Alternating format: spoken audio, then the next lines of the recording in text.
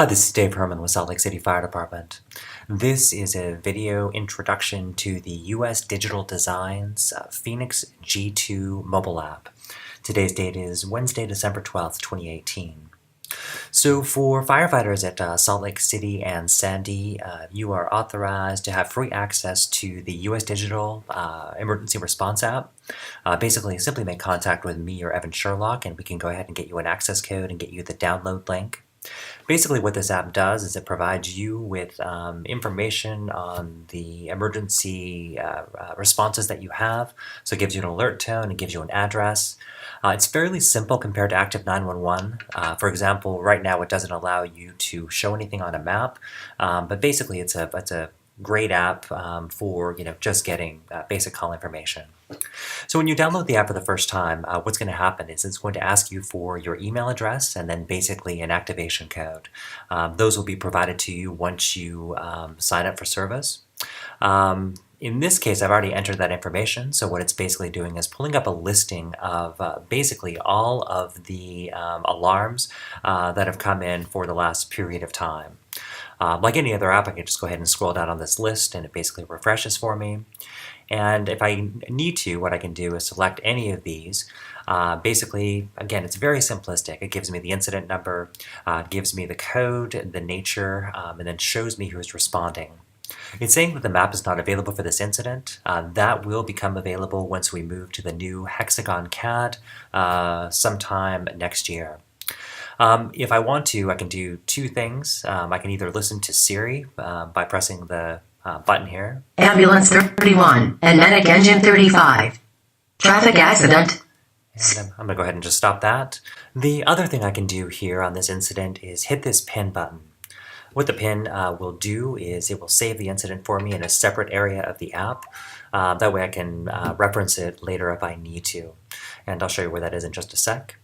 To unpin an incident, simply hit that pin button a second time and then it goes away. I'm going to go ahead and hit the X up here at the top of the screen, and we'll show you a couple of other things. First of all, down at the bottom of the screen here, if you hit the pin button, that'll show you a listing of the incidents that you've pinned, ones that basically you want to look at, that you saved essentially. You also have the option of searching by hitting the search button down here. You could basically search for an address, you could search for a variety of different things. I'm going to go ahead and just type in state and see what shows up. And basically here's a listing of all of the incidents that we've had on State Street for a period of time. The last thing I want to show you are the setup options that are available in this application. I'm going to hit the gear in the lower right hand corner of the screen, and this is what appears. At the top of the screen we have this big black button. What this thing does is basically turns notifications off and on. So in this case, all my notifications are off. If I press this button, basically I'll start receiving alerts again. So let's say you're on duty, you'd go ahead and press this, and when you go off duty you could go ahead and turn it off by pressing it again until it turns black. The next section down below is notification settings. This is where I set up exactly what alerts I want to receive. In this case I have one monitor set up. Basically it's for Medic 2. And the way that I can actually create monitors is by hitting this black plus button next to monitors. What it's going to do is ask me what I want to receive. So if I wanted to get everything from my station, I would simply select the list. So in this case I'm going to select station 12 and station 11 for airport response. Hit the X when I'm done.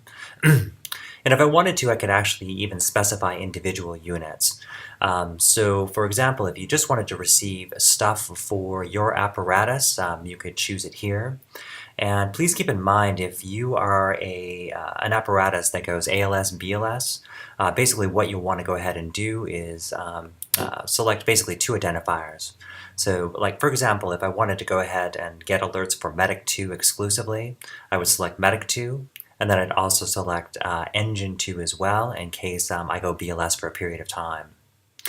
You can also do call types. So if you wanted to basically get just certain dispatch codes, like 9 Echo, for example, would be for cardiac arrests that occur. Or if you want to do, aviation incidents, contact dispatch. They can give you the specific codes that you're looking for, and then you can select those things. and basically my monitor is done. I'm going to go ahead and hit save at this point in time, and it looks like I've got 2 monitors set up here. If you want to, you can toggle notifications off and on for individual monitors if you have multiple that are set up, but that's really all there is to it.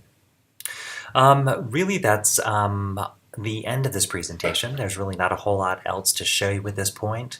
I anticipate that this will get even more robust once we go to the hexagon CAD system. Basically, mapping will be enabled at that point in time, and there is integration at that point with Google Maps or Apple Maps, and more information on that will be forthcoming in early to mid 2019. But that's it. Thank you so much for your time. I appreciate it.